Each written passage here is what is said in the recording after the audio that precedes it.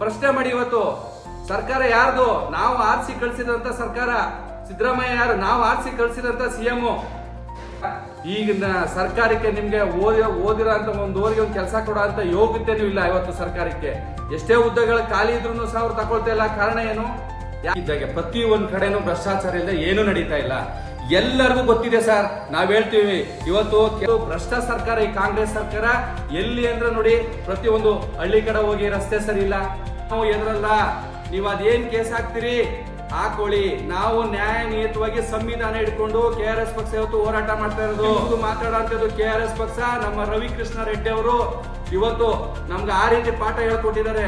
ನ್ಯಾಯ, ನೀತಿ, ಧರ್ಮನ ನಾವು ಎತ್ತಿಡಿಯೋದ್ರಲ್ಲಿ ನಾವು ನಮ್ಮ ಅಧ್ಯಕ್ಷರು ನಮ್ಗೆ ಯಾವ ರೀತಿ ನಡಿಬೇಕು ಅನ್ನೋದನ್ನ ಹೇಳ್ಕೊಟ್ಟು, ನೀವು ಇಲ್ಲದೆಲ್ಲ ಆರೋಪ ಮಾಡೋದು, ಸುಳ್ಳು ಕೇಸ್ ಹಾಕಿದ್ರೆ ನಾವು ಅದಕ್ಕೆ ತಕ್ಕಾಗಿ ಏನ್ ಮಾಡ್ಬೇಕು ಅನ್ನೋದನ್ನ ನಾವು ಸಿದ್ಧತೆ ಮಾಡ್ಕೊಳ್ತೀವಿ.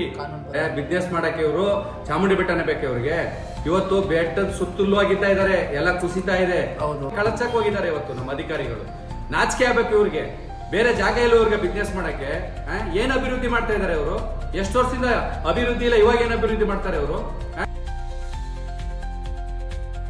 ಸರ್, ಮತ್ತೆ ಯುವ ಜನತೆ ಏನಕ್ಕೆ KRS ಪಕ್ಷನ ಸೇರ್ಬೇಕು? ಅದರಿಂದ ಏನೇನು ಅನುಕೂಲ ಆಗುತ್ತೆ ಅಂತ ನೋಡಿ. ಯುವ ಜನತೆ ತಿಳ್ಕೋಬೇಕು. 70 ವರ್ಷದಿಂದ ಎಲ್ಲಾ ಸರ್ಕಾರಗಳು ನಡ್ಸ್ಕೊಂಡೇ ಬಂದಿದ್ದಾರೆ. ಎಲ್ಲಾ ಸರ್ಕಾರ ನೋಡಿದ್ರಿ, ಎಲ್ರಿಗೂ ಓಟ್ ಹಾಕಿದಿರಿ. ನ್ಯಾಯಯುತವಾಗಿ ಯಾವ ಸರ್ಕಾರ ನಡ್ಕೊಂಡಿದೆ? ಯಾವ ಸರ್ಕಾರ ಯುವಕರಿಗೆ ಸರಿಯಾಗಿ ಉದ್ಯೋಗ ಕೊಟ್ಟಿದೆಯಾ? ಇಲ್ಲ. ಇವತ್ತು ಎಷ್ಟೋ ಉದ್ಯೋಗಗಳು ಖಾಲಿ ಇದೆ. ಇಲ್ಲ, ಇವತ್ತು ಎಷ್ಟೋ ಲಕ್ಷ 2,40,000 ಚಿಲ್ಲರ ಸಾವಿರದ ಒಂದು ಉದ್ಯೋಗ ಖಾಲಿ ಇದೆ. ಯಾಕೆ ತಗೊಳ್ತಾ ಇಲ್ಲ ಅವರು? ಇವತ್ತು ತೆರಿಗೆ ಕಟ್ತಿರೋ ಹಣ ಎಲ್ಲ ಎಲ್ಲಿ ಹೋಗ್ತಾ ಇದೆ? ಸರಿಯಾಗಿ ರಸ್ತೆಗಳು ಸರಿ ಇಲ್ಲ, ಸರಿಯಾಗಿ ಸರ್ಕಾರಿ ಅಧಿಕಾರಿಗಳು ಕೆಲಸ ಮಾಡ್ತಾ ಇಲ್ಲ. ಇವತ್ತು ರೈತರು ಸರಿಯಾಗಿ ನ್ಯಾಯ ಸಿಗ್ತಾ ಇಲ್ಲ. ಯಾವನು ಅನ್ಯಾಯ ಆದವನು ಒಳಗಾದವನು ಅನ್ಯಾಯಕ್ಕೆ ಹೋಗಿ ಇವತ್ತು ನ್ಯಾಯ ಕೇಳ್ತೀನಿ ಅಂದ್ರೆ ಎಲ್ಲೂ ನ್ಯಾಯ ಸಿಗ್ತಾ ಇಲ್ಲ. ಗೊತ್ತಿದ್ದು ಕಣ್ಮುಚ್ಕೊಂಡು ಸುಮ್ಮನೆ ಕೂತಿರ್ತಾರೆ. ಯುವಕರು ಯಾಕೆ ಸೇರ್ಬೇಕು ಅಂದ್ರೆ, ಯುವಕರು ಇದೆಲ್ಲ ಗಮನಿಸ್ಬೇಕು. ಮುಂದಿನ ದಿನಗಳಲ್ಲಿ ಯುವಕರು ಯಾರಿಗ ಓಟ್ ಹಾಕ್ಬೇಕು? ಹಣಕ್ಕಾಗ್ಲಿ, ಎಂಡಕ್ಕಾಗ್ಲಿ, ಬಿರಿಯಾನಿಗಾಗ್ಲಿ, ಇನ್ನೇನೋ ಲಿಕ್ಕರ್ಗೋ, ಕುಕ್ಕರ್ಗೋ ನಮ್ಮ ಅಧ್ಯಕ್ಷರು ಹೇಳ್ತಾರೆ. ಆ ರೀತಿ ಇಂಥವಕ್ಕೆಲ್ಲ ಒಳಗಾಗಬಾರ್ದು. ಒಳ್ಳೆ ವ್ಯಕ್ತಿನ ನೋಡ್ಬೇಕು. ಅಂತ ವ್ಯಕ್ತಿಗೆ ನಾವು ಓಟ್ ಹಾಕಿ ಆರಿಸ್ಕೋಬೇಕು. ನೀನು ಸರಿಯಾಗಿ ನ್ಯಾಯಯುತವಾಗಿ ಕೆಲಸ ಮಾಡಪ್ಪ ನೀನು ಅಂತ ಅವ್ರಿಗೆ ಓಟ್ ಕೊಡ್ಬೇಕು. ಅವ್ರು ಸರಿಯಾಗಿ ನ್ಯಾಯವಾಗಿ ಕೆಲಸ ಮಾಡಿಲ್ವಾ, ಅವ್ನ ಇಳಿಸಿ ಕಳಿಸಿ ಬೇರೆಯವ್ರನ್ನ ಆಯ್ಕೆ ಮಾಡಬೇಕು. ಯಾವನ್ಗೆ ಅರ್ಹತೆ ಇದೆ, ಇವತ್ತು ಸಾರ್ವಜನಿಕವಾಗಿ ಸರಿಯಾದ ರೀತಿ ಕೆಲಸ ಮಾಡಕ್ಕೆ ಅರ್ಹತೆ ಇದೆ, ಅಂತ ವ್ಯಕ್ತಿನ ನಾವು ಆರಿಸ್ಕೋಬೇಕು. ನಾನು ಪಬ್ಲಿಕ್ಕಿಗೆ ಹೇಳೋದಷ್ಟೇ, ದಯವಿಟ್ಟು ಮುಂದಿನ ದಿನಗಳಲ್ಲಿ ಚುನಾವಣೆಗಳು ಬಹಳ ಹತ್ರ ಇದೆ. ಎಲ್ಲ ಚುನಾವಣೆಗಳು ಬರ್ತಾ ಇದೆ. ದಯವಿಟ್ಟು ಯುವಕರನ್ನ ನಾನು ಕೇಳ್ಕೊಳ್ಳೋದಿಷ್ಟೇ, ಇವತ್ತು ಏನು ಉದ್ಯಮನೆಗಳಲ್ಲಿ ಏನ್ ನಡೀತಾ ಇದೆ ದಿನನಿತ್ಯ ತಾವುಗಳು ಗಮನಿಸ್ಬೇಕು. ಒಳ್ಳೆ ಕೆಲಸ ಮಾಡೋರ್ನ ನೀವು ಆರಿಸ್ಕೋಬೇಕು. ದಯವಿಟ್ಟು ನಿಮ್ಗೆ ಮುಂದಿನ ದಿನಗಳಲ್ಲಿ ನಿಮ್ಮ ಓದಿರೋ ಅಂತ ನಿಮ್ಮ ತಂದೆ ತಾಯಿಗಳು ಕಷ್ಟಪಟ್ಟು ನಿಮ್ನ ಓದಿಸಿ ವಿದ್ಯಾಬುದ್ಧಿ ಮಾಡಿ ಕಲ್ಸಿರ್ತಾರೆ. ಇವತ್ತು ನಿಮ್ಗೆ ಕಲ್ತಿರೋಂಥ ವಿದ್ಯೆಗೆ ಅರ್ಹತೆಗೆ ಒಂದು ಸರಿಯಾದಂತ ಒಂದು ಕೆಲಸ ಇಲ್ಲ. ಈಗಿನ ಸರ್ಕಾರಕ್ಕೆ ನಿಮ್ಗೆ ಓದಿರೋ ಅಂತ ಒಂದು ಕೆಲಸ ಕೊಡೋ ಅಂತ ಯೋಗ್ಯತೆನೂ ಇಲ್ಲ ಇವತ್ತು ಸರ್ಕಾರಕ್ಕೆ. ಎಷ್ಟೇ ಹುದ್ದೆಗಳು ಖಾಲಿ ಇದ್ರು ಸಹ ಅವ್ರು ತಗೊಳ್ತಾ ಇಲ್ಲ. ಕಾರಣ ಏನು? ಯಾಕೆ ಯುವಕರು ಸುಮ್ಮನೆ ಇದೀರಿ? ಪ್ರಶ್ನೆ ಮಾಡಿ. ಯಾಕೆ ನಿಮ್ಗೆ ವಿದ್ಯೆ ಇಲ್ವಾ? ಬುದ್ಧಿ ಇಲ್ವಾ? ತಿಳುವಳಿಕೆ ಇಲ್ವಾ? ಇವತ್ತು ಏನ್ ನಡೀತಾ ಇದೆ ಸಮಾಜದಲ್ಲಿ ನಿಮ್ಗೆ ಅರಿವು ಇಲ್ವಾ? ಪ್ರಶ್ನೆ ಮಾಡಿ. ಇವತ್ತು ಸರ್ಕಾರ ಯಾರ್ದು? ನಾವು ಆರಿಸಿ ಕಳಿಸಿದಂತ ಸರ್ಕಾರ. ಸಿದ್ದರಾಮಯ್ಯ ಯಾರು? ನಾವು ಆರಿಸಿ ಕಳಿಸಿದಂತ ಸಿಎಂ. ನೀವು ಪ್ರಶ್ನೆ ಮಾಡಬೇಕು ಯುವಕರುಗಳು. ಇವತ್ತು ವಿದ್ಯಾವಂತರಿದ್ದೀರಿ.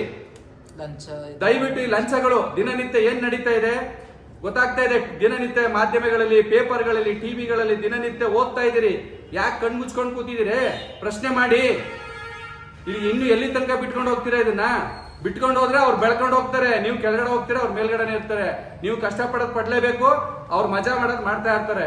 ದಯವಿಟ್ಟು ಇದನ್ನೆಲ್ಲ ಪ್ರಶ್ನೆ ಮಾಡ್ಬೇಕು ಅಂತ ತಮ್ಮಲ್ಲಿ ನಾನು ಕೇಳ್ಕೊತಾ ಇದ್ದೀನಿ. ಮತ್ತೆ KRS ಪಕ್ಷಕ್ಕೆ ದಯವಿಟ್ಟು ಇವತ್ತು ಯಾವ ರೀತಿ KRS ಪಕ್ಷ ಇಡೀ ಕರ್ನಾಟಕದಲ್ಲಿ ಕೆಲಸ ಮಾಡ್ತಾ ಇದೆ ಅಂತ ತಮಗೆ ಗೊತ್ತು. ಹಾಗಾಗಿ ನೀವು KRS ಪಕ್ಷಕ್ಕೆ ಬಂದು ಸದಸ್ಯತ್ವ ಪಡ್ಕೊಳ್ಳಿ. ನೀವು ಒಬ್ರು ಮಾಲೀಕರಾಗಿ KRS ಪಕ್ಷ ಏನ್ ಕೆಲಸ ಮಾಡ್ತಾ ಇದೆ ಅನ್ನೋದನ್ನ ನೀವು ನೋಡಿ, ಅದೇ ರೀತಿ ನೀವು 4 ಜನ ಪ್ರಶ್ನೆ ಮಾಡಿ, ನೀವು ಗುರುತಿಸ್ಕೊಳ್ಳಿ. ದಯವಿಟ್ಟು ಬನ್ನಿ ಅಂತ KRS ಪಕ್ಷಕ್ಕೆ ನಾನು ಈ ಮೂಲಕ ಕರೆ ಕೊಡ್ತಾ ಇದ್ದೀನಿ. ಯುವಕರೇ, ದಯವಿಟ್ಟು KRS ಪಕ್ಷಕ್ಕೆ ಬಂದು ಸದಸ್ಯತ್ವ ತಗೊಳ್ಳಿ, ನಮ್ಮ ಜೊತೆ ಸೇರಿ ಕೆಲಸ ಮಾಡಿ. ಇವತ್ತು ನಡೀತಿರೋಂಥ ಒಂದು ಭ್ರಷ್ಟಾಚಾರನ, ಅನ್ಯಾಯನ, ದಬ್ಬಾಳಿಕೆಯನ್ನ ನಾವು ಖಂಡಿಸೋಣ. ಒಳ್ಳೆ ನಾಡು ಕಟ್ಟಲಿಕ್ಕೆ ನಾವು ಒಂದು ಒಳ್ಳೆ ದಾರಿಲಿ ನಾವು ನಡೆಯೋಣ. ದಯವಿಟ್ಟು ನೀವು ಬರಬೇಕು ಅಂತೇಳಿ ನಾನು ಯುವಕರನ್ನ ಕೇಳ್ಕೊತಾ ಇದ್ದೀನಿ ಬಂಧುಗಳೇ. ಸರ್ ಮತ್ತೆ ಭಾನುವಾರ ದಿನ ರಜೆ ದಿನ ಇರುತ್ತೆ ಕಚೇರಿಗಳಿಗೆ, ಆದ್ರೂ ಸರ್ಕಾರಿ ಅಧಿಕಾರಿಗಳು ಒಂದು ತಮ್ಮ ಸಾರ್ವಜನಿಕರ ವಾಹನವನ್ನ ಬಳಕೆ ಮಾಡಿಕೊಂಡು ತಮ್ಮ ಕುಟುಂಬ ಸಮೇತರಾಗಿ ಬೇರೆ ಬೇರೆ ಸ್ಥಳಗಳಿಗೆ ವಿಸಿಟ್ ಕೊಡೋದು ಅಂತ ಆ ತರ ಮಾಡ್ತಿದ್ದಾರೆ. ಅದ್ರ ಬಗ್ಗೆ ಏನ್ ಹೇಳ್ತೀರಾ ಸರ್? ನೀವು ಒಂದು ಒಳ್ಳೆ ಪ್ರಶ್ನೆ ಕೇಳಿದ್ರಿ. ಇದು ನೋಡಿ ಎಲ್ಲ ಗೊತ್ತಿರೋಂಥ ವಿಷಯ. ಇವ್ರುಗಳು ಭಾನುವಾರ ರಜೆ ಇದ್ದಂಥ ಸಂದರ್ಭದಲ್ಲಿ ಫ್ಯಾಮಿಲಿಗಳನ್ನ ದೇವಸ್ಥಾನಕ್ಕೋ ಮದುವೆಗೋ ಇನ್ಯಾವುದೋ ಫಂಕ್ಷನ್ಗೆ ಈ ರೀತಿ ನಮ್ಮ ತೆರಿಗೆಯಲ್ಲಿ ತೆಗೆದು ಕೊಟ್ಟಿರುವಂತಹ ವಾಹನ ಏನಕ್ಕೆ ಹೇಳಿ ಸಾರ್ವಜನಿಕರೇ ಕೆಲಸ ಮಾಡ್ಲಿ ಅಂತೇಳಿ ಇವ್ರು ವಾಹನ ತಕ್ಕೊಟ್ಟಿರೋದು. ಇವ್ರು ಯಾವ್ದೋ ಫ್ಯಾಮಿಲಿ ಕರ್ಕೊಂಡು ಹೋಗಿ ಟೂರ್ ಹೊಡೆಯಕ್ಕೆ ಇನ್ಯಾವುದೋ ಫಂಕ್ಷನ್ಗೆ ಮಜಾ ಮಾಡಕ್ಕಲ್ಲ. ಇದಕ್ಕೆ ಸಂಬಂಧಪಟ್ಟಂತ ಅಧಿಕಾರಿಗಳು ಮೇಲಧಿಕಾರಿಗಳು ಏನ್ ಮಾಡ್ತಾ ಇದಾರೆ, ಅವ್ರು ಮಾಡ್ಲಿಕ್ಕೂ ಮುಂಚೆ ಅವರೇ ಸರಿ ಇಲ್ಲ, ಅವ್ರನ್ನು ತಗೊಂಡು ಹೋಗ್ತಾರೆ ಗಾಡಿಗಳನ್ನ. ಸರ್ಕಾರ ಏನ್ ಕೆಲಸ ಮಾಡಿ, ಸರ್ಕಾರ ಕಣ್ಮುಚ್ಕೊಂಡು ಕೂತಿದೆ. ಇವತ್ತು ಸರ್ಕಾರ ಗೊತ್ತಿದೆ ಇದೆಲ್ಲ ನಡೀತಾ ಇರೋದು. ಇವತ್ತು KRS ಪಕ್ಷ ಇಡೀ ಕರ್ನಾಟಕದಲ್ಲಿ ದಿನ 10 ವಿಡಿಯೋಗಳು ಹೋಗ್ತಾ ಇದೆ, 10 ವಿಡಿಯೋಗಳು ಲೈವ್ ಆಗ್ತಾ ಇದೆ. ಎಲ್ಲ ನೋಡ್ತಾ ಇದಾರೆ ಸಾರ್ವಜನಿಕರು. ಯಾಕೆ ಸರ್ಕಾರಕ್ಕೆ ಗೊತ್ತಿಲ್ವಾ, ಅಧಿಕಾರಿಗಳಿಗೆ ಗೊತ್ತಿಲ್ವಾ? ಇವತ್ತು ಸರ್ಕಾರಿ ಆ ವಾಹನಗಳ ಯಾವ ರೀತಿ ದುರ್ಬಳಕೆ ಮಾಡ್ಕೋತಾ ಇದ್ದಾರೆ ಅಂತ ನಿಮಗೆ ಗೊತ್ತಿಲ್ವಾ? ಎಲ್ಲ ಗೊತ್ತಿದೆ. ಈಗ ಸಂಬಂಧಪಟ್ಟಂಗೆ ಈಗ ನನ್ನ ಅಂದಾಜಲ್ಲಿ ಇವತ್ತು ಭ್ರಷ್ಟ ಸರ್ಕಾರ, ಈ ಕಾಂಗ್ರೆಸ್ ಸರ್ಕಾರ ಎಲ್ಲಿ ಅಂದ್ರೆ ನೋಡಿ, ಪ್ರತಿಯೊಂದು ಹಳ್ಳಿ ಕಡೆ ಹೋಗಿ ರಸ್ತೆ ಸರಿ ಇಲ್ಲ, ಕುಡಿಯಕ್ಕೆ ನೀರ್ ಬರ್ತಾ ಇಲ್ಲ, ರೈತರಿಗೆ ಕರೆಕ್ಟ್ ಆದಂತ ಕರೆಂಟ್ ಕೊಡ್ತಾ ಇಲ್ಲ, ವಿದ್ಯುತ್ ಕೊಡ್ತಾ ಇಲ್ಲ. ಇವತ್ತು ಯಾವ ಕಚೇರಿಗಳು ನೋಡಿ ಲಂಚ, ಅದನ್ನ ಸರ್ಕಾರಿ ಅಧಿಕಾರಿಗಳು ಗೊತ್ತಿದ್ರು ಯಾಕೆ ಕೇಳ್ತಾ ಇಲ್ಲ? ಅವರೂ ಸಹ ಇದ್ರಲ್ಲಿ ಭಾಗಿಯಾಗಿದ್ದಾರೆ. ಇವತ್ತು ಹೇಳ್ಬೇಕು ಅಂದ್ರೆ ಸರ್ಕಾರ ಮತ್ತೆ ಒಂದ್ ಭಾಗ ಬಂದು ಭ್ರಷ್ಟ ಅಧಿಕಾರಿಗಳು, ಪಾರ್ಟ್ 1 ಪಾರ್ಟ್ 2. ಹಾಗಾಗಿ ನಾನು ಯಾವ್ದೋ ಒಂದು ಆರ್ಟಿಕಲ್ ನೋಡಿದೆ, ಒಂದು ವಿಡಿಯೋನು ನೋಡಿದೆ. ಸಿದ್ದರಾಮಯ್ಯ ಅವರೇ ಹೇಳ್ತಾರೆ ಇವತ್ತು ಅವತ್ತೊಂದು ದಿವಸ ಕ್ಯಾಪ್ನ ಚೇಂಜ್ ಮಾಡಿದ್ರು ಪೊಲೀಸ್ನವ್ರಿಗೆ. ಆ ಸಂದರ್ಭದಲ್ಲಿ ಹೇಳ್ತಾರೆ, ನಮ್ಮ ಪೊಲೀಸ್ನವರೇ ಈ ರೀತಿ ಈ ತರ ದಂಧೆಯಲ್ಲಿ ಭಾಗಿಯಾಗಿರ್ತಾರೆ, ಅವ್ರಿಗೆ ಹೌದು ಡ್ರಗ್ಸ್ ಮುಕ್ತ ಇದ್ರಿಗೆ ಸಂಬಂಧಪಟ್ಟಂಗೆ ಅವ್ರಿಗೆ ಶಾಮೀಲಾಗಿರ್ತಾರೆ. ಆ ಪೊಲೀಸ್ನವರು ರೌಡಿಗಳೇನಂತ ಗೊತ್ತಿದ್ರು ಅವ್ರ ಬಗ್ಗೆ ಕ್ರಮ ತಗೊಳ್ಳಲ್ಲ. ಈ ರೀತಿ ಎಲ್ಲ ನಮ್ಮ ಪೊಲೀಸ್ನವ್ರು ಮಾಡ್ತಾರಂತ ಅವರೇ ವ್ಯಂಗ್ಯ ಹೇಳ್ತಾರೆ. ಅವತ್ತಿನ ದಿವಸ ಪೊಲೀಸವ್ರ ಮುಂದೆನೆ ಹೇಳ್ತಾರೆ ಅವ್ರ ಆ ಮಾತ. ಅವರೇ ಒಪ್ಕೊಳ್ತಾ ಇದಾರೆ, ನಮ್ಮ CM ಸಿದ್ದರಾಮಯ್ಯನವರು ಒಪ್ಕೊಳ್ತಾ ಇದಾರೆ ಮಾತನ್ನ.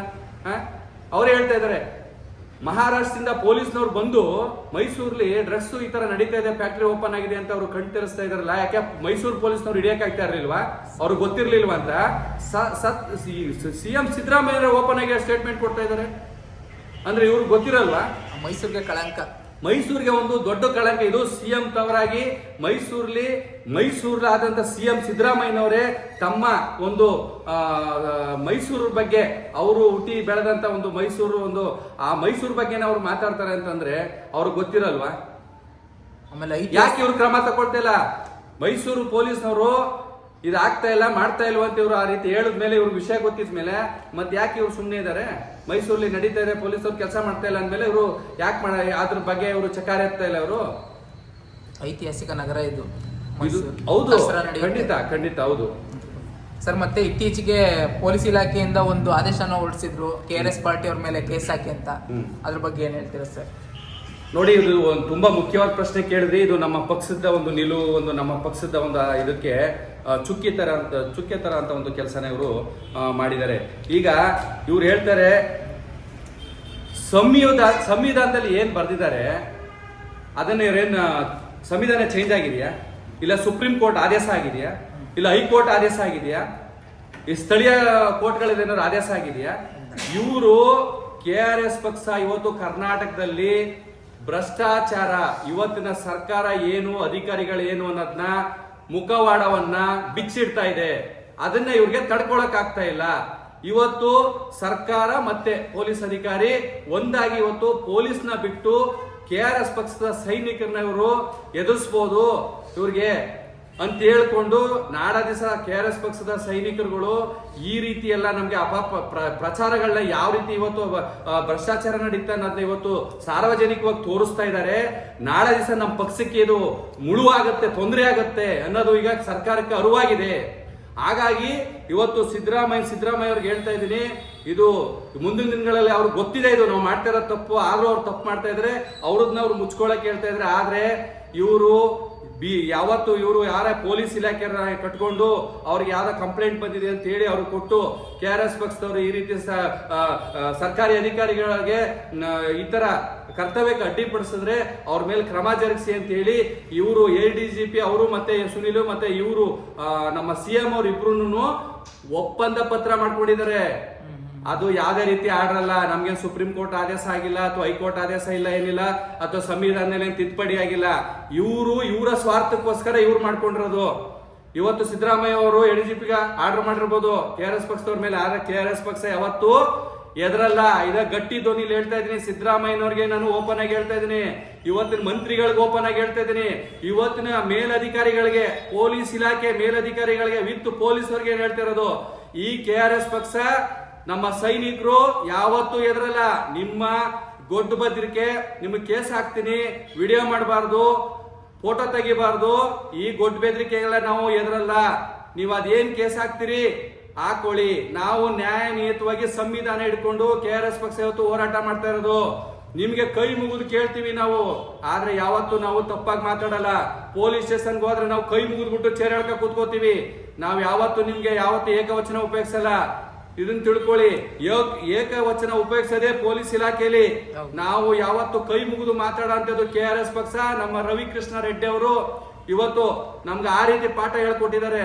ನ್ಯಾಯ, ನೀತಿ, ಧರ್ಮನ ನಾವು ಎತ್ತಿಡಿಯೋದ್ರಲ್ಲಿ ನಾವು, ನಮ್ಮ ಅಧ್ಯಕ್ಷರು ನಮ್ಗೆ ಯಾವ ರೀತಿ ನಡಿಬೇಕು ಅನ್ನೋದನ್ನ ಹೇಳ್ಕೊಟ್ಟಿದ್ದಾರೆ. ಅವರು ನಮ್ಗೆ ಎಷ್ಟು ಪಾರದರ್ಶಕವಾಗಿ ನಮ್ಗೆ ಹೇಳ್ಕೊಟ್ಟಿದ್ದಾರೆ, ಅದೇ ದಾರಿಯಲ್ಲಿ ನಾವು ನಡೀತೀವಿ. ನಾವು ಈ ರೀತಿ ಎಲ್ಲ ಯಾವಕ್ಕೂ ನಾವು ಅಂಜವರಲ್ಲ KRS ಪಕ್ಷದವರು. ನಾವು ಆ ರೀತಿ ಎದುರೋರಾಗಿದ್ರೆ ಇಷ್ಟು ವರ್ಷ ನಾವು 6-7 ವರ್ಷ ನಾವು ಈ ತರ ಹೋರಾಟಗಳನ್ನ ಮಾಡ್ಕೊಂಡೇ ಬರ್ತಿರ್ಲಿಲ್ಲ. ಎಷ್ಟು ಕೇಸ್ಗಳು ಹಾಕಿದಿರಿ, ಎಷ್ಟು ಸುಳ್ಳು ಕೇಸ್ಗಳು ಹಾಕ್ಸಿದಿರಿ. ಮುಂದಿನ ದಿನಗಳಲ್ಲಿ ನಾವು ನ್ಯಾಯರೀತಿಯಾಗಿ ನಾವು ಹೋರಾಟ ಮಾಡ್ತೀವಿ. ನಮ್ಮ ಮೇಲ್ಗಡೆ ನೀವು ಇಲ್ಲದೆಲ್ಲ ಆರೋಪ ಮಾಡೋದು, ಸುಳ್ಳು ಕೇಸ್ ಹಾಕಿದ್ರೆ ನಾವು ಅದಕ್ಕೆ ತಕ್ಕಾಗಿ ಏನ್ ಮಾಡ್ಬೇಕು ಅನ್ನೋದನ್ನ ನಾವು ಸಿದ್ಧತೆ ಮಾಡ್ಕೊಳ್ತೀವಿ. ಇದನ್ನ ಕಾನೂನುಬದ್ಧವಾಗಿ, ಸಂವಿಧಾನಬದ್ಧವಾಗಿ ನಾವ್ ಏನ್ ಮಾಡ್ಬೇಕು ಅನ್ನೋದನ್ನ ನಾವು ತೋರಿಸ್ತೀವಿ. ದಯವಿಟ್ಟು ಇದನ್ನ ಅರ್ಥ ಮಾಡ್ಕೋಬೇಕು. ಪೊಲೀಸ್ ಇಲಾಖೆ ಏನಿವ ಸರ್ಕಾರ ಆದೇಶ ಕೊಟ್ಟಿದೆ, ಸರ್ಕಾರ ಯಾವ ಆದೇಶ ಕೊಟ್ಟಿದೆ? ಕೋರ್ಟ್ ಸರ್ಕಾರಕ್ಕೆ ಆದೇಶ ಕೊಟ್ಟಿದೆಯಾ? ಇಲ್ಲ ಸಂವಿಧಾನ ಬದಲಾಗಿದೆಯಾ? ಸಂವಿಧಾನ ತಿರ್ಚ್ಬಿಟ್ಟಿದಾರಾ? ಬಾಬಾ ಸಾಹೇಬ್ ಅಂಬೇಡ್ಕರ್ ಅವರು ಕರೆಕ್ಟ್ ಆಗಿ ಎಲ್ಲಾ ರೀತಿಲೂ ಬರ್ದಿಟ್ಟಿರೋದು. ಇಲ್ಲ ಅಂದ್ರೆ ಇನ್ನು ಯಾವ ರೀತಿ ನಮ್ಮ ಅಧಿಕಾರಿಗಳು ಆಟ ಆಡ್ತಾ ಇದ್ರೆ ಗೊತ್ತಿರ್ಲಿಲ್ಲ. ಹಾಗಾಗಿ ಅವತ್ತು ಆ ಪುಣ್ಯಾತ್ಮರು ಇವತ್ತು ಒಳ್ಳೊಳ್ಳೆ ಕೆಲಸ ಮಾಡೋಗಿದ್ರಿಂದ ಇವತ್ತು ಅವ್ರ ಹಾದಿಲಿ ನಾವು ನಡೀತಾ ಇದೀವಿ. ಅದೇ ರೀತಿ KRS ಪಕ್ಷ ಇಡೀ ಕರ್ನಾಟಕದಲ್ಲಿ ನಮ್ಮ ರವಿಕೃಷ್ಣ ರೆಡ್ಡಿ ಅವರು ಏನ್ ಹಾದಿ ತೋರಿಸಿದಾರೆ ಹಾದಿಲಿ ನಡೀತಾ ಇದೀವಿ. ದಯವಿಟ್ಟು ನಮ್ಮನ್ನ KRS ಪಕ್ಷದವ್ರನ್ನ ಎದುರ್ಸಕ್ ಬರಬೇಡಿ, ಕುಗ್ಸಕ್ ಬರಬೇಡಿ. ಗೊತ್ತಾಯ್ತಾ? ನಾವು ಪ್ರಾಣ ಹೋದ್ರು ನಾವು ಅಂಜವ್ರಲ್ಲ KRS ಪಕ್ಷ. ಇದನ್ನ ನೀವು ನೆನ್ಪಿಟ್ಕೊಳ್ಳಿ. ಯಾವುದೇ ಭ್ರಷ್ಟ ಅಧಿಕಾರಿಗೆ ನಾನು ಹೇಳ್ತಾ ಇರೋದು ಇದೊಂದನ್ನು ಮನ್ಸಲ್ಲಿ ಇಟ್ಕೊಳ್ಳಿ. ನಿಮ್ FIR ಇನ್ನೊಂದು ಮತ್ತೊಂದು ಅದನ್ನೆಲ್ಲ ಮರ್ತ್ಬಿಡಿ. ಸುಳ್ಳು FIR ಗಳು ಹಾಕೋದನ್ನ ಮರ್ತ್ಬಿಡಿ. ನಾವು ಏನ್ ಮುಂದಕ್ಕೆ ಸುಳ್ಳು FIR ಮಾಡೋದು ನಿಮ್ಗೆ ಏನ್ ಮಾಡ್ಬೇಕು ಅನ್ನೋದನ್ನ ನಾವು ಅದನ್ನ ಏನ್ ಬೇಕು ಕಾನೂನು ಪ್ರಕಾರ ಜರುಗಿಸ್ತೀವಿ. ಅದನ್ನ ಅರ್ಥ ಮಾಡ್ಕೊಳ್ಳಿ. ಸರ್, ಇತ್ತೀಚೆಗೆ ಒಬ್ಬ ಕಾನೂನು ಅಬಕಾರಿ ಇಲಾಖೆನಲ್ಲಿ ಅಧಿಕಾರಿಗಳು ಲಂಚ ಕೇಳಿದ್ರು, ಅದು ಲೋಕಾಯುಕ್ತ ಟ್ರಾಪ್ ಆಗಿ ಸಿಗಾಕೊಂಡ್ರು. ಅವ್ರಿಗೆ ಏನ್ ಹೇಳ್ತೀರಾ ಸರ್ ಇದ್ರ ಬಗ್ಗೆ? ಸರ್, ಈಗ ಅದೇನೆ ನೋಡಿ, ಇದಕ್ಕೆ ಸಂಬಂಧಪಟ್ಟಂಗೆ ಇದು ಚೈನ್ ಲಿಂಕ್ ಇದ್ದಂಗೆ. ಇವತ್ತು ಎಲ್ಲಾ ಕಡೆನೂ ಚೈನ್ ಲಿಂಕ್ ಇದ್ದಾಗ ಪ್ರತಿ ಒಂದ್ ಕಡೆನೂ ಭ್ರಷ್ಟಾಚಾರ ಇಲ್ಲ, ಏನು ನಡೀತಾ ಇಲ್ಲ. ಎಲ್ಲರಿಗೂ ಗೊತ್ತಿದೆ ಸರ್. ನಾವ್ ಹೇಳ್ತೀವಿ ಇವತ್ತು ಕೆಳಮಟ್ಟ ಅಧಿಕಾರಿ ಒಬ್ಬ ಲಂಚ ತಕೊಂಡ, ನಾವು ಮೇಲಧಿಕಾರಿ ತಿಳಿಸೋಣ ಅಂದ್ರೆ ಮೇಲಧಿಕಾರಿ ಇನ್ನೊಂದ್ ಕಡೆ ಅವ್ನು ತಪ್ಪು ಮಾಡಿರ್ತಾನೆ. ಇವತ್ತು ಸರ್ಕಾರಿ ಯಾವುದೇ ಒಬ್ಬ ಅಧಿಕಾರಿಗಳು ನಾವು ದೃಷ್ಟಿ ಹಾಕೊಂಡು ಹುಡುಕ್ಬೇಕು. ಒಳ್ಳೆಯವ್ರು ಇದಾರೆ, ದೃಷ್ಟಿ ಹಾಕೊಂಡು ಹುಡುಕ್ಬೇಕು. ಪೊಲೀಸ್ ಇಲಾಖೆಯಲ್ಲಿ ಒಳ್ಳೆಯವರು ಇದಾರೆ, ದೃಷ್ಟಿ ಹಾಕೊಂಡು ಹುಡುಕ್ಬೇಕು. ಇವತ್ತು ನೋಡಿದ್ರಲ್ಲ ನೀವು ಯಾವ ರೀತಿ ನಡೀತಾ ಇದೆ ಪೊಲೀಸ್ ಸ್ಟೇಷನ್ ಅಲ್ಲಿ. ಎಲ್ಲಿ ನೋಡ್ರು ದಂಧೆ, ಎಲ್ಲಿ ನೋಡ್ರು ರಿಯಲ್ ಎಸ್ಟೇಟ್, ಎಲ್ಲಿ ನೋಡ್ರು ಒಪ್ಪಂದ, ಅಲ್ಲೇ ದುಡ್ಡಿನ ವ್ಯವಹಾರ ಮಾಡಿ ಅಲ್ಲೇ ಕ್ಲಿಯರ್ ಮಾಡಿ ಕಳಿಸ್ತಾರೆ. ಕೇಸ್ ಹಾಕಂತ ಕೇಸ್ನೇ ಹಾಕಲ್ಲ. ಕೇಸ್ ಹಾಕ್ತಿರೋಂಥ ಸುಳ್ಳು ಕೇಸ್ಗಳು ಹಾಕಂತ ಇರೋದು ಜಾಸ್ತಿ ಆಗಿದೆ. ಕೇಸ್ ಮಾಡಂತ ಮಾಡಲ್ಲ, ಕೇಸ್ ಮಾಡದೇ ಇರೋದಕ್ಕೆ ಸುಳ್ಳು ಕೇಸ್ ಹಾಕ್ತಾರೆ. ಈ ರೀತಿ ಎಲ್ಲ ಇವತ್ತು ಏನ್ ನಡೀತಾ ಇದೆ ತಮಗೆ ಗೊತ್ತಿದೆ.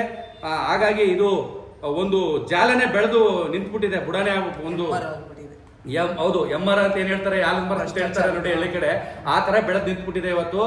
ಹಾಗಾಗಿ ನಾವು ಇದನ್ನ ಬುಡು ಸಮೇತ ಕಿತ್ತಾಕ್ಬೇಕು ಅಂದ್ರೆ ಸಾರ್ವಜನಿಕರು ಕರೆಕ್ಟ್ ಆಗಿ ತಳಮಟ್ಟದಿಂದ ಒಂದು ಒಳ್ಳೆ ನಿಟ್ಟಲ್ಲಿ ಒಳ್ಳೆ ವ್ಯಕ್ತಿನ ಆರಿಸ್ಕೊಂಡು ಒಳ್ಳೆ ಸರ್ಕಾರನ ನಾವು ರಚನೆ ಮಾಡ್ಕೋಬೇಕು. ಹಾಗಾದ್ರೆ ಮಾತ್ರ ಇದನ್ನ ಕಿತ್ತಾಕ್ಬೋದು. ಅದಕ್ಕೆ ನಾನು ಇವಾಗ ಹೇಳ್ತಾ ಇರೋದು, ಇವತ್ತು ನಮ್ಮ KRS ಪಕ್ಷ ಇವತ್ತು ಇಡೀ ಕರ್ನಾಟಕದಲ್ಲಿ ಪ್ರತಿಯೊಬ್ಬರು ಒಬ್ಬ ಸಾರ್ವಜನಿಕರಿಗೆ, ಒಬ್ಬ ಬಡವನ್ಗೆ ಏನು ನೋವಾಗತ್ತೆ ಅಂತ ನಾವು ಜೊತೆಗೆ ನಿಂತು ಅವ್ರಿಗೆ ಕೆಲಸ ಮಾಡಿಸ್ಕೊಡ್ತಾ ಇದೀವಿ. ಹಾಗಾಗಿ ಇವತ್ತು ನಾನು ಸಾರ್ವಜನಿಕರಿಗೆ ಹೇಳ್ತಾ ಇರೋದು, ಇವತ್ತು KRS ಪಕ್ಷ ತಮ್ಮ ನಮ್ಮ ಕರ್ನಾಟಕ ಇಡೀ 31 ಜಿಲ್ಲೆಗಳಲ್ಲಿ ಇವತ್ತು ಸಾರ್ವಜನಿಕವಾಗಿ ಕುಂದುಕೊರತೆಗಳು ಏನಿದೆ ಅಂತ ಹೇಳಿ ತಮ್ಮ ತಮ್ಮ ಊರುಗಳಿಗೆ, ಗ್ರಾಮಗಳಿಗಿರ್ಬೋದು, ತಾಲೂಕುಗಳಿಗಿರ್ಬೋದು, ಜಿಲ್ಲೆದಲ್ಲಿರ್ಬೋದು, ಪ್ರತಿಯೊಂದು ಕಡೆನೂ ನಮ್ಮ ಪಕ್ಷದ ಸೈನಿಕರು ಕೆಲಸ ಮಾಡ್ತಾ ಇದ್ದಾರೆ. ದಯವಿಟ್ಟು ನಿಮ್ಗೆ ಏನಾದ್ರು ತೊಂದರೆ ಆದಲ್ಲಿ ದಯವಿಟ್ಟು ಕರ್ನಾಟಕ ರಾಷ್ಟ್ರ ಸಮಿತಿ ಪಕ್ಷ ಅಂತೇಳಿ ಗೂಗಲಲ್ಲಿ ಹೋಗಿ ಸರ್ಚ್ ಮಾಡಿ, ನಂಬರ್ಗಳು ಸಿಗುತ್ತೆ. ಅವ್ರಿಗೆ ಏನಿದೆ ಕಂಪ್ಲೇಂಟ್ಗಳನ್ನ ನೀವು ಅವ್ರಿಗೆ ಕೊಡ್ಬೋದು. ಅವ್ರು ತಗೊಂಡು ನಿಮ್ದು ಏನು ಪ್ರಾಬ್ಲಮ್ಗಳಿರೋದನ್ನ ಅದನ್ನ ಖಂಡಿತ ನಾವು ನಿಮ್ಮ ನೆರವು ಬರ್ತೀವಿ ನಾವು ಹಂಗಂತ ಹೇಳ್ತಾ ಇಲ್ಲಿ ಸರ್, ಚಾಮುಂಡಿ ಬೆಟ್ಟದಲ್ಲಿ ಅಭಿವೃದ್ಧಿ ಕೆಲಸದ ಹೆಸರಿನಲ್ಲಿ ತುಂಬಾ ದೌರ್ಜನ್ಯ ಆಗ್ತಾ ಇದೆ ಅಂತ ಕೇಳ್ಬರ್ತಾ ಇದೆ. ನೋಡಿ, ಚಾಮುಂಡಿ ಬೆಟ್ಟ ಐತಿಹಾಸಿಕ ದೇವಸ್ಥಾನ, ದೇವಸ್ಥಾನವಾಗಿ ಬಿಡ್ತಾ ಇಲ್ಲ ನಮ್ಮ ರಾಜಕಾರಣಿಗಳು. ಅದನ್ನ ಬಿಸ್ನೆಸ್ ಜಾಗ ಮಾಡ್ಕೊಂಡಿದ್ದಾರೆ. ಇವತ್ತು ಪ್ರಸಾದನ ಯೋಜನೆ ತಗೊಂಡು ಇವತ್ತು ಹೋಗಿ ಅಲ್ಲಿ ನೋಡಿ 5 ಅಡಿ 6 ಅಡಿ ಗುಂಡಿ ಮಾಡಿದ್ದಾರೆ. ನಮ್ಮ ಪಕ್ಷದ ಅವತ್ತಿನ ಈ ಒಂದು 3 days ಬ್ಯಾಕ್ ನಾವಲ್ಲಿ ಹೋಗಿದ್ವಿ. 3 ದಿವಸ ಹಿಂದೆ ನಾವು ಜಾಥಾ ಹೋಗಿದ್ವಿ. ಅವತ್ತು ನೋಡಿದ್ವಿ, ಬಹಳ ನೋವಾಗುತ್ತೆ. ಇವತ್ತಿನ ದಿವಸ ಅವರು ದುಡ್ಡು ಮಾಡಕ್ ಹೋಗ್ಬಿಟ್ಟು ಇವತ್ತು ಚಾಮುಂಡಿ ಬೆಟ್ಟಕ್ಕೆ ಏನೋ ಉದ್ಧಾರ ಮಾಡ್ತಾ ಇದೀವಿ ಅಂತ ಹೇಳ್ಕೊಂಡು ಪರಿಸರನ ಹಾಳು ಮಾಡ್ತಾ ಇದ್ದಾರೆ. ಅಲ್ಲಿ ಬಿಸ್ನೆಸ್ ಮಾಡೋ ಒಂದು ಪ್ಲಾನ್ ಇವರಲ್ಲಿ ಇರ್ತದೆ. ಬಿಸ್ನೆಸ್ ಮಾಡಕ್ಕೆ ಇವರು ಚಾಮುಂಡಿ ಬೆಟ್ಟನೇ ಬೇಕು ಇವ್ರಿಗೆ. ಇವತ್ತು ಬೆಟ್ಟದ ಸುತ್ತಲೂ ಆಗಿತ್ತಾ ಇದ್ದಾರೆ, ಎಲ್ಲ ಕುಸಿತಾ ಇದೆ. ಗೊತ್ತಿದ್ದು ಇವತ್ತು ಮೇಲ್ಗಡೆ ಹೋಗ್ಬಿಟ್ಟು ಇವರೇ JCB ತಕೊಂಡು ಇವತ್ತು ಆ ರೀತಿ ತೋಡ್ತಾ ಇದಾರಲ್ಲ. ಪರಿಸರ ಉಳಿತದ ಸರ್ ಇದು. ಇವತ್ತು ಚಾಮುಂಡಿ ಬೆಟ್ಟ ಮೈಸೂರಿಗೆ ಒಂದು ಕಳಸ ಇದ್ದಂಗೆ. ಇವತ್ತು ಆ ಕಳಸನ ಇವರು ಕಳಸಕ್ ಹೋಗಿದ್ದಾರೆ. ಇವತ್ತು ಚಾಮುಂಡಿ ಬೆಟ್ಟಕ್ಕೆ ಏನ್ ಕಳಸ ಇದೆ, ಚಾಮುಂಡಿ ಕಳಸ, ಆ ಕಳಸನ ಇವತ್ತು ಕಳಚಕ್ ಹೋಗಿದ್ದಾರೆ ಇವತ್ತು ನಮ್ಮ ಅಧಿಕಾರಿಗಳು. ನಾಚಿಕೆ ಆಗ್ಬೇಕು ಇವ್ರಿಗೆ. ಬೇರೆ ಜಾಗ ಇಲ್ಲ ಇವ್ರಿಗೆ ಬಿಸ್ನೆಸ್ ಮಾಡಕ್ಕೆ. ಏನ್ ಅಭಿವೃದ್ಧಿ ಮಾಡ್ತಾ ಇದಾರೆ ಅವರು? ಎಷ್ಟು ವರ್ಷದಿಂದ ಅಭಿವೃದ್ಧಿ ಇಲ್ಲ, ಇವಾಗ ಏನ್ ಅಭಿವೃದ್ಧಿ ಮಾಡ್ತಾರೆ ಅವರು? ಮೇಲ್ನೋಟಿಗೆ ಕಾಣಿಸ್ತಾ ಇದೆ ಇವರು ದೇವಸ್ಥಾನದ ಅಭಿವೃದ್ಧಿ ಹೆಸರಿನಲ್ಲಿ ಭ್ರಷ್ಟಾಚಾರ ಮಾಡಿ ಹಣ ಮಾಡೋ ಅಂತ ಒಂದು ಕಾರ್ಯಕ್ರಮನ ಇವ್ರು ಹಮ್ಮಿಕೊಂಡಿದ್ದಾರೆ ಅಂತ ನನ್ನ ಅನಿಸಿಕೆ ಸರ್. ಅದು ಅಲ್ಲದೆ ಇತ್ತೀಚೆಗೆ ಒಬ್ರು ಹೇಳಿದ್ದಾರೆ, ಅದು ಬೆಟ್ಟದ ಕೆಳಗಡೆ ಕಲ್ಲು ಭಾಗ ಏನು ಇಲ್ಲ, ತುಂಬಾ ಮೃದುವಾದ ಒಂದು ಬೆಟ್ಟ ಅದು ಅಂತ ಹೇಳಿದ್ದಾರೆ. ಹೌದು ನೋಡಿ, ಆ ಮಣ್ಣು ಅಲ್ಲಿ ನೋಡ್ತಾ ಇದೀವಿ. ಆ ಜರುಗಲ್ ಮಣ್ಣು ಅಂತ ಏನ್ ಹೇಳ್ತೀವಿ, ವೈಟ್ ಮಣ್ಣು ಬರ್ತದೆ. ಅದು ನಾವು ಅಲ್ಲಿ JCB ಅಗ್ದಿದ್ದಾರೆ ನೋಡಿದೀವಿ. ಅದು ಕಸ್ಕೊಂಡ್ ಬರ್ತಾ ಇದೆ. ಸತ್ಯ ಅದು, ಮುಂಗಾರು ಕಷ್ಟ. ಹೌದು, ಹೈಕೋರ್ಟ್ ಅಲ್ಲಿ ಆದೇಶನೂ ಆಗಿದೆ. ಆದೇಶನೂ ಅದಕ್ಕೂ ಬೆಲೆ ಕೊಡ್ತಾ ಇಲ್ಲ, ಮಾನ್ಯತೆ ಕೊಟ್ಟಿಲ್ಲ ಇವರು. ಆದ್ರೂ ಕೆಲಸ ಶುರು ಮಾಡ್ತಾ ಇದ್ದಾರೆ. ಯಾವ ನಿಟ್ಟಲ್ಲಿದೆ ಇವತ್ತು ನಮ್ಮ ಮೈಸೂರು ಜಿಲ್ಲಾಧಿಕಾರಿಗಳು ಏನ್ ಮಾಡ್ತಾ ಇದ್ದಾರೆ? ಇವತ್ತು ಅವರೇ ನಿಂತ್ಕೊಂಡು ಈ ತರ ಕೆಲಸ ಮಾಡಿಸ್ತಾ ಇದಾರಲ್ಲ. ಇದೆಲ್ಲ ನೋಡ್ತಾ ಇದ್ರೆ ಇವ್ರದೇ ಆದಂತ ಇದರಲ್ಲಿ ನಿಟ್ಟಲ್ಲಿ ಕೆಲಸ ಮಾಡ್ತಾರೆ. ಇವತ್ತು ಸಾರ್ವಜನಿಕರದ್ದು ಯಾವ್ದೇ ರೀತಿ ಗಮನ ಇಲ್ಲ, ಏನ್ ಮಾಡ್ಬೇಕು ಅಂತೇಳಿ ಇವತ್ತು ಅಭಿವೃದ್ಧಿ ಹೆಸರನ್ನ ತಕೊಂಡು ಇವರು ಇವತ್ತು ಅಲ್ಲಿ ಭ್ರಷ್ಟಾಚಾರ ಮಾಡಕ್ಕೆ, ಹಣ ಮಾಡಕ್ಕೆ ಹೊರಟಿದ್ದಾರೆ. ಎಷ್ಟು ನೋವಿನ ಸಂಗತಿ. ಮುಂದಿನ ದಿನಗಳಲ್ಲಿ ನಮ್ಮ ಮಕ್ಕಳ ಕಾಲಕ್ಕೆ ಆ ದೇವಸ್ಥಾನನೇ ಇವ್ರು ಇಲ್ಲ ಮಾಡ್ತಾರೆ ಏನೋ ಗೊತ್ತಿಲ್ಲ. ಪರಂಪರೆನೇ ನಾಳಷ್ಟ ಮಾಡ್ತಾರೆ. ಕೆಳಗಡೆ ಎಲ್ಲ ಅದನ್ನ ಅಗದು ಕುಸ್ತು ಎಲ್ಲೋ ಚಾಮುಂಡಿ ತಾಯಿ ಮೈಸೂರು ಕೆಳಗಡೆಗೆ ಬಂದ್ಬಿಡ್ತದೆ, ಗೊತ್ತಿಲ್ಲ ನಮ್ಗೆ. ಅದು ಆ ರೀತಿ ಮುಂದಿನ ದಿನಗಳಲ್ಲಿ ಏನಾಗುತ್ತೆ ಅಂತ ಗೊತ್ತಿಲ್ಲ. ಅಧಿಕಾರಿಗಳು ಇದನ್ನ ಎಚ್ಚೆತ್ಕೋಬೇಕು, ನಮ್ಮ ಸಾರ್ವಜನಿಕರು ಎಚ್ಚೆತ್ಕೋಬೇಕು.